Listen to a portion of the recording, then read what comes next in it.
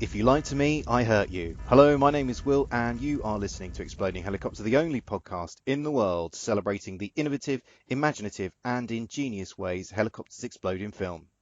Now, in May 2011, President Barack Obama announced to the world that American special forces had killed Osama bin Laden. The announcement marked the end of a 10-year manhunt.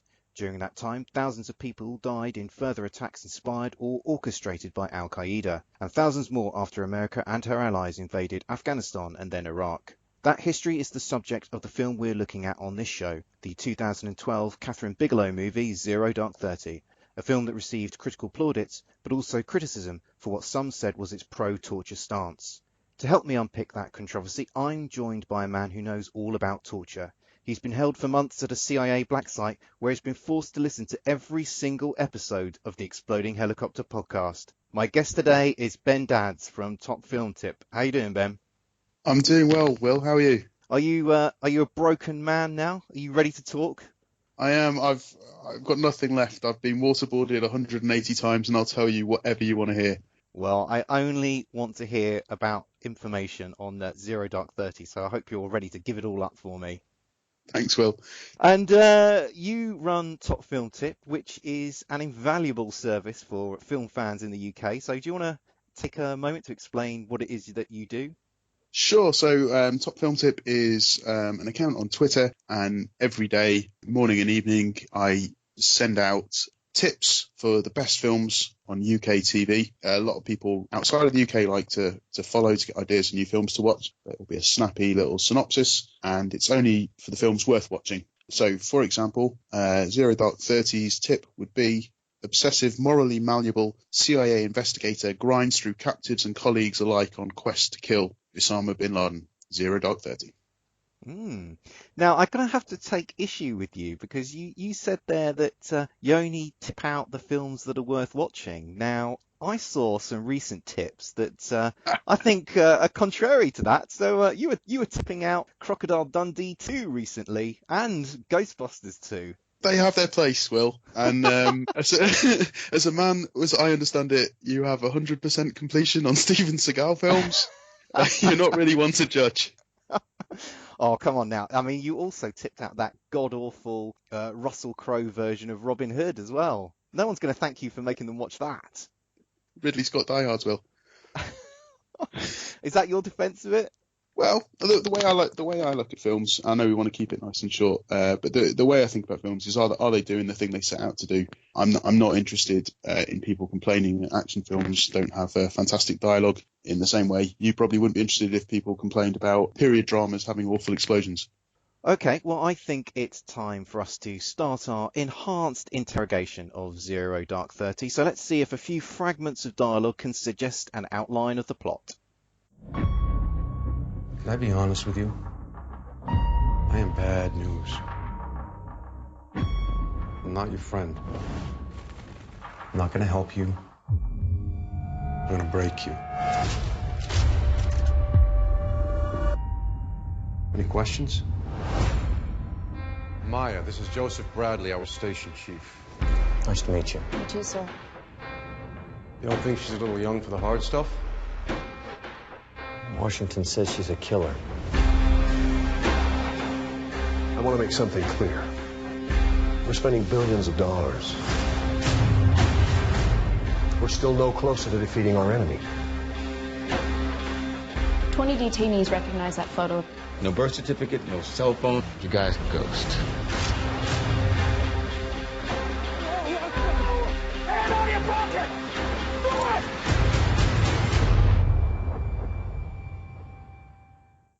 Zero Dark 30 was released in 2012. It was directed by Kathryn Bigelow and written by her frequent collaborator Mark Bowl. The film begins with audio from phone calls made by people trapped in the World Trade Center towers during the attack of September 11th. We then move to an American prison in Afghanistan where a detainee is being questioned. We're introduced to Maya, a newly recruited CIA agent who we follow through the story. Over the course of the next 2.5 hours, we follow the painstaking 10-year search for bin Laden. This eventually leads to the discovery of a compound in Pakistan where he's believed to be hiding. And the film concludes with the Delta Force mission to kill or capture OBL.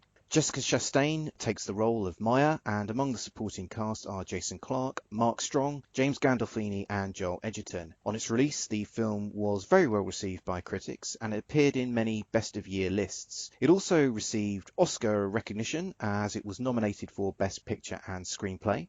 Interestingly, audiences don't seem to rate the film as highly as critics. On IMDb, the film has a 7.4 rating and an 80% rating on Rotten Tomatoes. They're not low scores by any stretch of the imagination, but there does seem to be a bit of divergence with the critical rating for this film. It should also be noted that the film generated a lot of controversy on its release. The film and Kathryn Bigelow were accused of justifying torture, and we'll take a look at that question later. But enough of other people's opinions. Ben, what did you make of 0 Dark 30?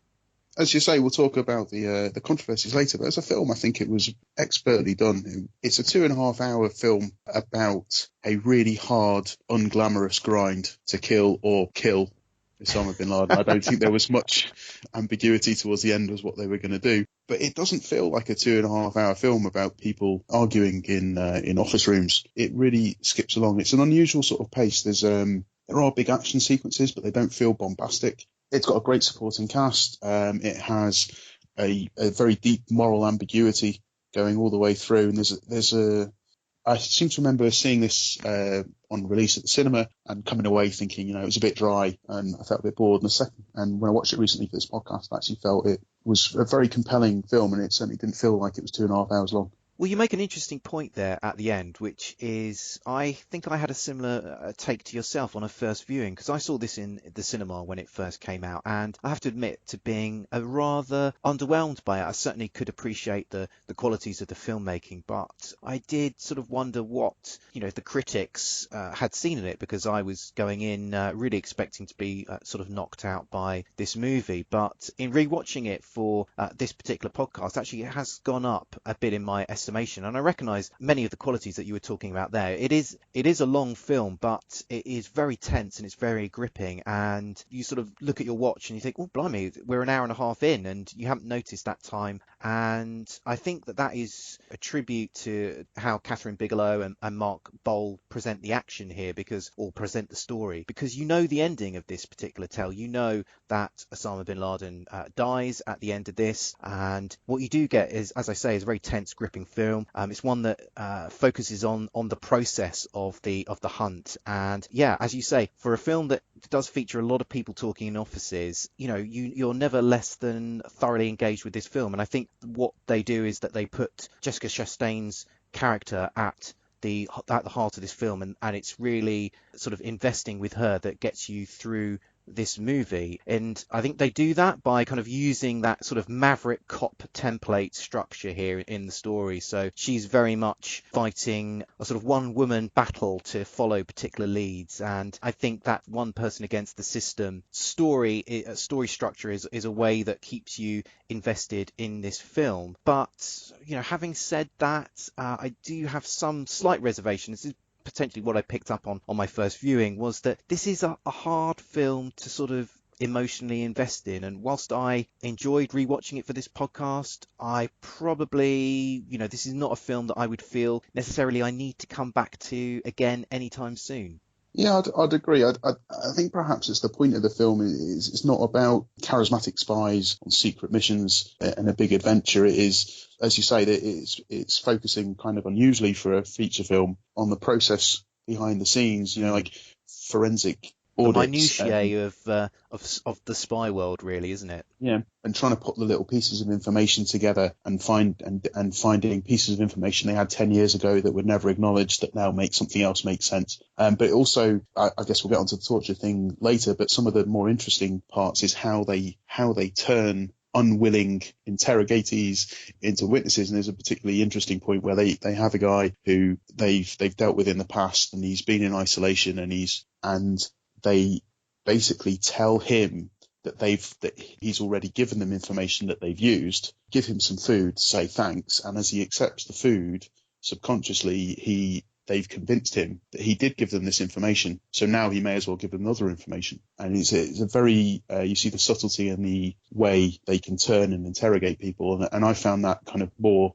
interesting than the rather unpleasant other side of their work. Now, I've watched this film a couple of times, and much of the film, I think, seems to be ambivalent about the events that it is depicting. So, as we've mentioned in the introduction here, there are scenes of torture. That was controversial in terms of the film when it was released, and certainly has been controversial in terms of revelations that have come out about, how America conducted its campaign in Afghanistan and then later in Iraq. And this film doesn't seem to be doesn't want to be a polemic either way, I don't think. But for me, even choosing to be ambivalent is an active choice. It's a political choice to be ambivalent. And having watched this film a few times, I still don't know what Bigelow and Mark Bowl are really trying to say with this movie. And I don't know if you can help me out with that, Ben.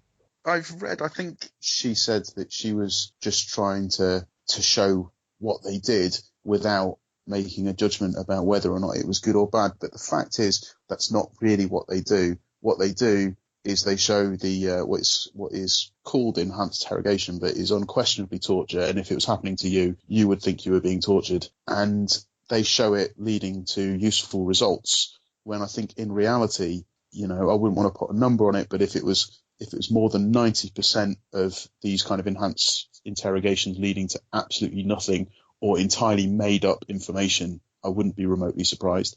And I think reading around the subject, that seems to be the general consensus as well. When you have someone who's been waterboarded 180 times and made to feel like they were drowning to death, they're going to tell you whatever you want to hear.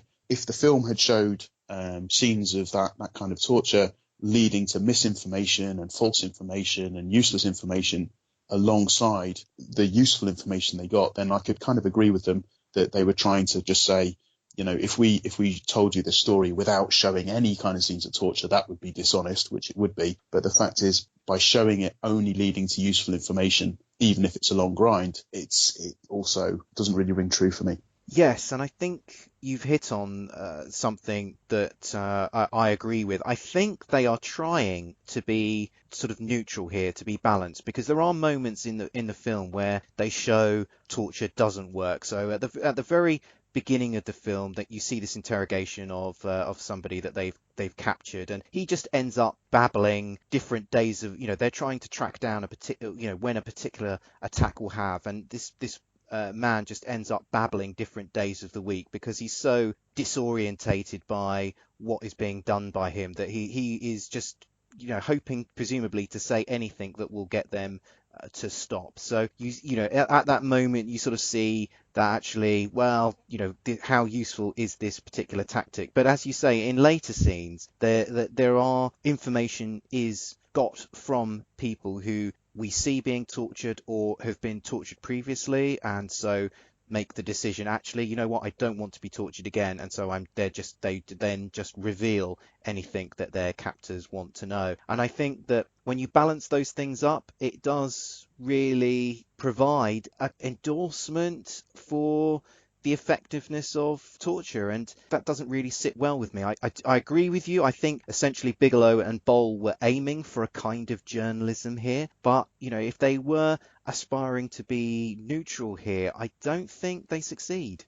Well, a 2 hours and 36-minute runtime, I'm sure they could have found 3 minutes to squeeze another scene of torture in there where they got misinformation or unfruitful information as well. Well, one thing I find very interesting about this film is the fact that actually the script went into production before Osama bin Laden had actually been killed. And actually, whilst this film was in, I believe, pre-production, the news came through of his death. So Bigelow and Boll had to rework the script to accommodate that new development. But that kind of makes me wonder how this film would have played if he hadn't have been killed before this film went into production, and it makes me wonder how this film would have been perceived without his death at the end. Because I think if you saw these same events but there was no Osama bin Laden was still out there somewhere, I wonder if that would throw the perception of some of the torture and some of the efforts that had gone into finding him into a completely different light. Yeah, I'd have to agree. I remember you mentioning that, and it did occur to me that it would seem like a film with a beginning and a middle and no end.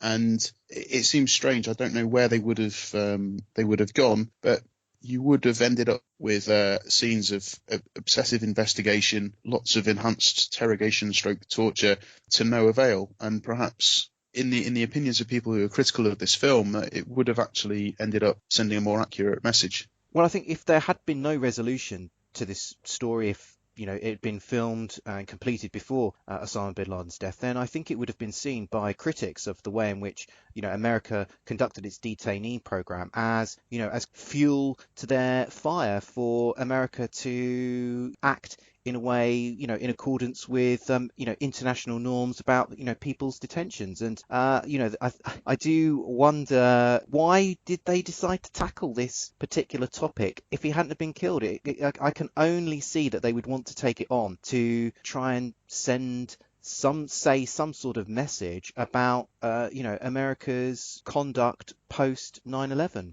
As a piece of storytelling, I don't know how it could hold together. There would be no. I mean, there's a big cathartic release at the end of this film. It's very potent and powerful, and it really builds and builds and builds in the tension. And there's a huge payoff towards the end. And I can't see where they could have gone in that third act had they not done that. Perhaps they had some inside knowledge that we don't know about. Well, I don't think that that's necessarily the case, because I think there is a quote in interviews of Kathryn Bigelow sort of talking about how they had to rework the film in the light of that particular news, and her saying to Mark Bowl that at least we've got our third act now. So the issues that you were talking about there seem to have been aware of them, but obviously it hadn't stopped them going ahead with this project. So, still very strange nevertheless. Now, there's quite a lot of well-known actors in this film, but due to the episodic nature of the film, they mostly come and go. So it's left to Jessica Chastain to carry this film. I found her a very compelling character in this film, but also a bit of a mystery. What did you think of her performance? She was fantastic. She whilst you wouldn't really describe her as charismatic, she had a lot of presence and a lot of gravitas around her, and you get the impression that she comes almost from nowhere all the way through. And as you said earlier, fighting the system. She comes in the first couple of scenes. Within a few minutes, there's one of these torture scenes, and she's kind of repulsed by it, but is almost immediately brought in and complicit with the waterboarding. I think she passes the jug of water, so she doesn't do it, but she's involved. And then it jumps a few years into the future where she's much more in charge, and later on still, she's like in a room with a great big chap, and she just taps him on the shoulder every time she wants him to punch the guy she's interrogating. So I wish I had one of those. So there's certainly an arc of her sort of moral ambiguity, which is interesting. But what you're really left with over the course of the film is two things for me. Is one, that is the personal cost to her. She has basically no social life, no relationships. The one person you describe as a friend is killed in a suicide bombing. Did you see the black cat walk across the path of that car?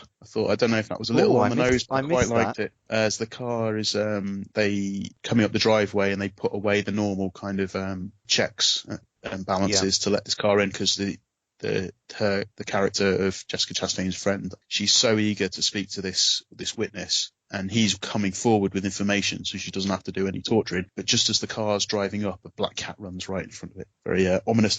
So there's the two sides. There's the personal cost to her. You kind of, and then you've got the dedication, that her hard work, and you kind of left feeling, is she an Ahab character, or is she a Sherlock Holmes character? Is she the great detective, or is she just so obsessed with getting her whale that she'll do it at any cost? And there's no clear answer to that. And I think that's part of the appeal of the film and the character. And as you say, she's right at the heart of this, the whole operation, the whole 10 years. And I think the impression, or certainly that I got given, I think there's a line in the film later on where she says she's being interviewed by maybe James Gandolfini, one of the very senior CIA guys. And he's like, what did you do before this? Nothing. This is all I've done. And her whole CIA career was only from the very beginning, recruited out of college, was pursuing Osama bin Laden. And, I wonder if it's that particular aspect that leads to that moment at the end of the film where we see her sitting in the back of a plane. Osama bin Laden's dead. This operation is at an end, and we see her break down. And I read that particular moment as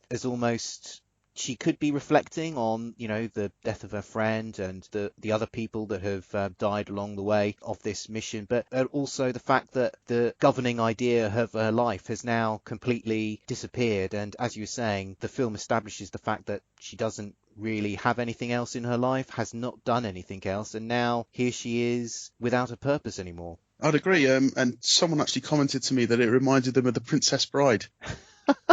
Believe it or not. I'm not too hot on The Princess Bride, but I believe it's who's the chap from Homeland with the great beard? Indigo Montoya. Manny Panikin or something. It's Yeah, something like that's the chap. I think he's got a line at the end of the film. I've been in the revenge business for so long. Now it's over. I don't know what to do with the rest of my life. Well, I was really intrigued by what you were saying about Holmes versus Ahab in terms of Jessica Chastain's character, and you were sort of suggesting that it doesn't really resolve that particular aspect. I mean, I don't know, I read it maybe slightly differently. I wonder if she sort of starts off as Holmes, but then ends up more as Ahab, because there's a line in this film towards the end where Jessica Chastain says that she believes that she's been spared so that she can get Osama bin Laden, and that could have come straight out of the mouth of Captain Ahab. And there's an incredible scene. It's possibly, I think, Chastain's finest moment of acting in the film, where she loses her temper with the CIA station chief in Pakistan. And I mean, I can't think of a more real moment of anger in a film. She really has that sort of, when you lose your temper and you just feel that surge of adrenaline through your body. I mean, she, as I say, it's a incredibly convincing moment in the film, and I think she's gone full Ahab by the end of this movie. There's a scene towards the end of the film where she just meets the Delta Force, also known as the Canaries, and they get the order to go. And she goes out, and you see her looking at these guys, and they're just kind of like, they're just there, sitting around playing a bit of basketball and whatever, and she looks at them and knows, and you see on her face that these people could die that night, these people she's talking to, that she's just effectively relayed the order for them to go, and she seems to be okay with it. Yeah, and I think that, as you say, is the arc that she's on as a character in this movie, that she starts off as someone who's a bit of a sort of bit nervous, a bit of a rookie, but by the end of it, she is thoroughly battle-hardened. But we've been talking about quite a few heavyweight topics here, so I thought we might take a little bit of a detour and lighten up things up here a bit, because one of the things I did notice in this movie is that there are quite a few wigs on display.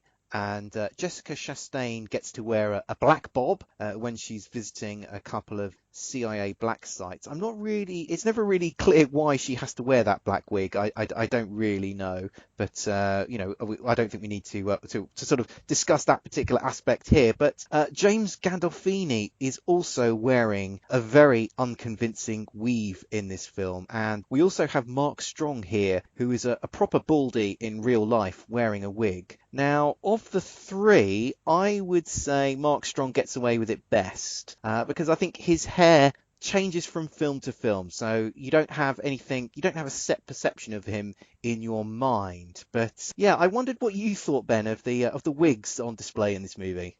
I'm going to be absolutely honest with you, Will. Until you mentioned this a few days ago, it didn't even occur to me, and I realised I have a enormous blind spot for wigs in film, and I know Gandolfini is bald. He's been bald since The Sopranos, and I was like, oh, it's James Gandolfini. Oh, it's great. Oh, it's sad he passed away recently. This is a great. Oh, I forgot he was in this film. Fantastic. It didn't even occur to me he was wearing a wig, and I know Mark Strong had hair, but I just kind of thought, yeah, maybe he just grew his hair for this one. It didn't even register, and ever since, all I can see is people wearing wigs in film, even if perhaps they're not. So thanks for that, Will. You must have watched your fair share of Nicolas Cage movies over the years, Ben. I mean, you come on, you must sort of see these actors and you think, oh, look, their hairline's bobbing backwards and forwards like the tide. There must be something going on with it. I think I'm just too trusting. I could watch a John Travolta film and think, oh, he's held that quite well. How can you watch a John Travolta film and think he's held his hair quite well? I mean, he's approaching Steven Seagal levels of unrealistic hairlines. Well, that's the thing about a blind spot, Will, is you never know you got one till someone points it out. Well, I think we've danced around this topic long enough, so I think it's time to get down to cases and talk about the exploding helicopter action. But before we do that, we're going to take a quick break. So let's keep listening, and we'll be right back. He brings the popcorn. She brings the roses. Subject Cinema, a tasty new film topic each week with a side order of film reviews. Yum. T.C. Kirkham. But I'm Jim. Kim Brown. What? Over 500,000 listeners, and you could be the next one. SubjectCinema.com. Real movies for real people.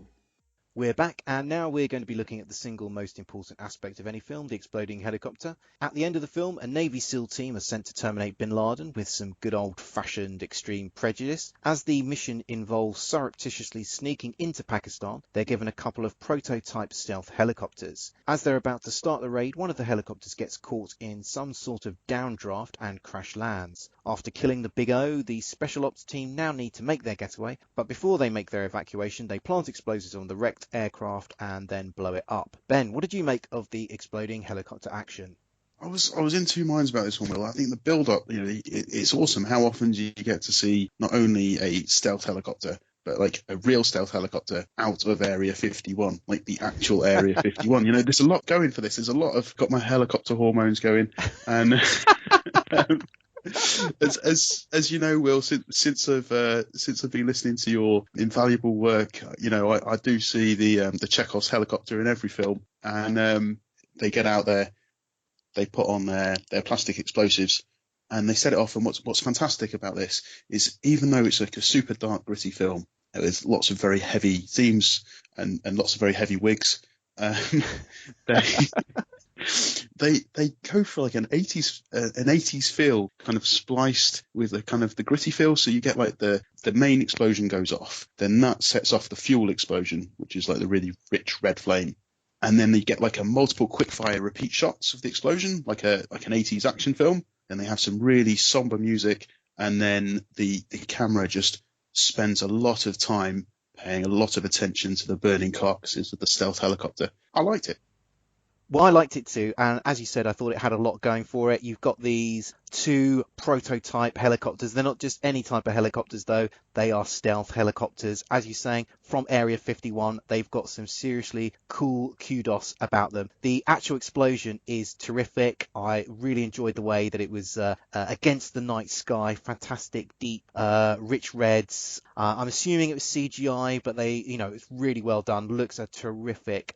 It was hard to tell. I could believe that was a real explosion. Yeah, it could have been good old-fashioned gasoline being blown up there. But one thing that I noticed that I found a bit peculiar when they were planting the explosives on the helicopter is that the soldier kind of climbing around the top of it ends up putting his foot through the outer shell of the helicopter, and it made me think, what on earth is this made of that it's so brittle that you can just put your foot through it? But I guess it just made it all the easier to blow up at the end, which is just the point of the film, Will. That's the point of the film, and for that we are eternally grateful. Well, I think it's time to terminate this podcast with extreme prejudice. So, Ben, thanks for joining me on this show. Do you want to take a moment anyway to tell people where they can find you online? Thanks, Will. Yes, you can find Top Film Tip, at least on at Twitter, at Top Film Tip, and there will be tips every morning and every evening for all the best films on TV, some of which Will does not like. Go and give it a follow for some, moderate quality films. That's high praise indeed. Thanks very much.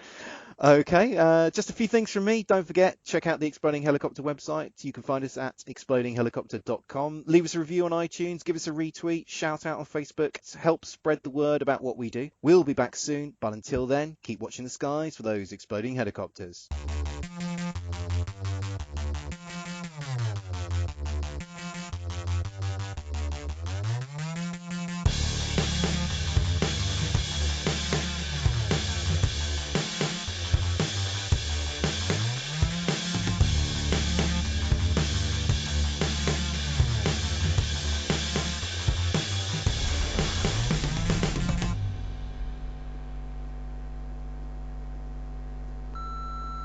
This podcast is a proud member of the Lamb Podcasting Network. Find the network at largeassmovieblogs.com.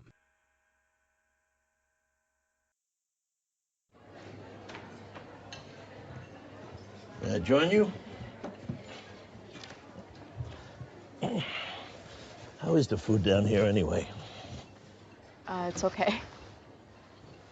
How long have you worked for the CIA? 12 years. I was recruited out of high school. And you know why we did that? I don't think I can answer that question, sir. I don't think I'm allowed to answer. All right. What else have you done for us, besides Bin Laden? Nothing. I've done nothing else. Well, you certainly have a flair for it.